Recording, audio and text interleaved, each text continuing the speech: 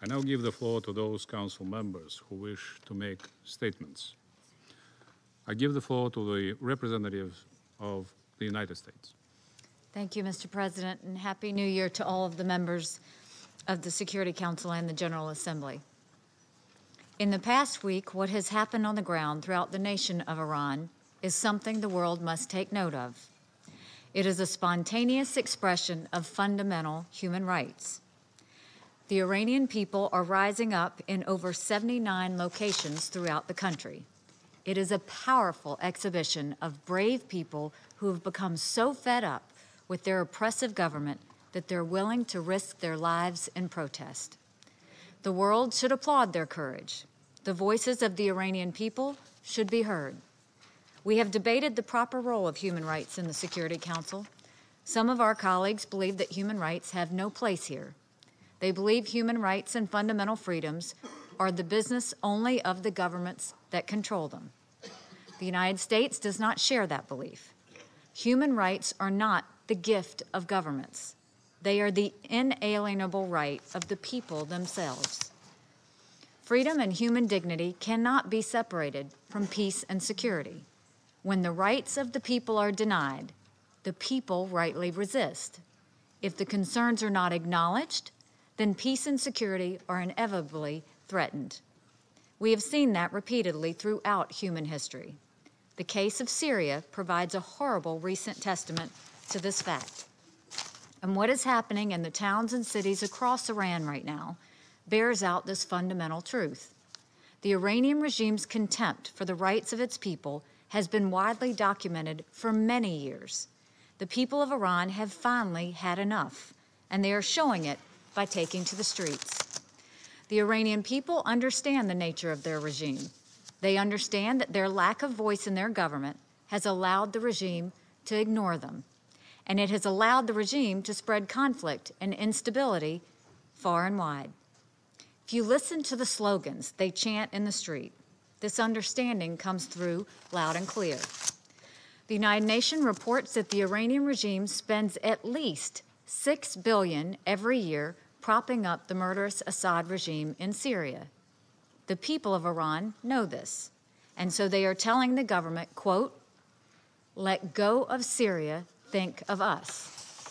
The Iranian regime spends millions on militias in Iraq each year. It gives millions more each year to the Houthi rebels in Yemen, including sending them ballistic missiles to fire at other countries. Meanwhile, the average Iranian family is 15% poorer today than it was 10 years ago. So the Iranian people demand, think of us. The regime gives low-interest loans to the elite and well-connected. It rewards construction contracts to corrupt Islamic Revolutionary Guard Corps affiliated firms. They construct buildings that skimp on safety. Thousands of these buildings collapsed during an earthquake. Hundreds died. And the Iranian people chant, think of us. Today, the people of Iran are speaking to their government, and their message is undeniable. Stop the support for terrorism. Stop giving billions of our money to killers and dictators. Stop taking our wealth and spending it on foreign fighters and proxy wars. Think of us. Freedom-loving nations worldwide have spread support for the cause of the Iranian people. Canada, Norway, the United Kingdom, Israel, France, Sweden, the European Union. We honor and appreciate all of these statements of support for universal human rights. But we must do more. The Iranian regime is cutting off internet access in an attempt to shut down communication among the protesters. They are attempting to silence the voice of the Iranian people. We cannot allow that to happen. Every UN member state is sovereign, but member states cannot use sovereignty as a shield when they categorically deny their people human rights and fundamental freedoms. I call on all of my colleagues to join me in amplifying the message of the Iranian people. And I call on the government of Iran to stop censoring the voice of the people and to restore the access to the internet. Because in the end, the Iranian people will determine their own destiny.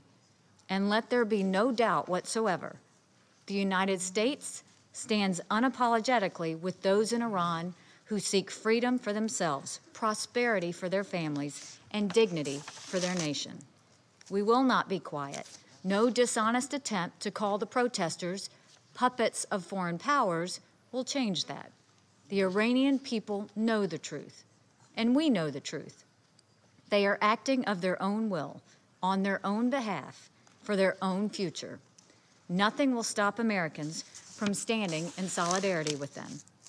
In 2009, the world stood by passively while the hopes of the Iranian people were crushed by their government.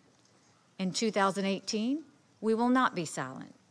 Once again, the people of Iran are rising up. They are asking for something that no government can legitimately deny them: their human rights and fundamental freedoms. They are calling out, "Think of us." If the founding principles of this institution mean anything,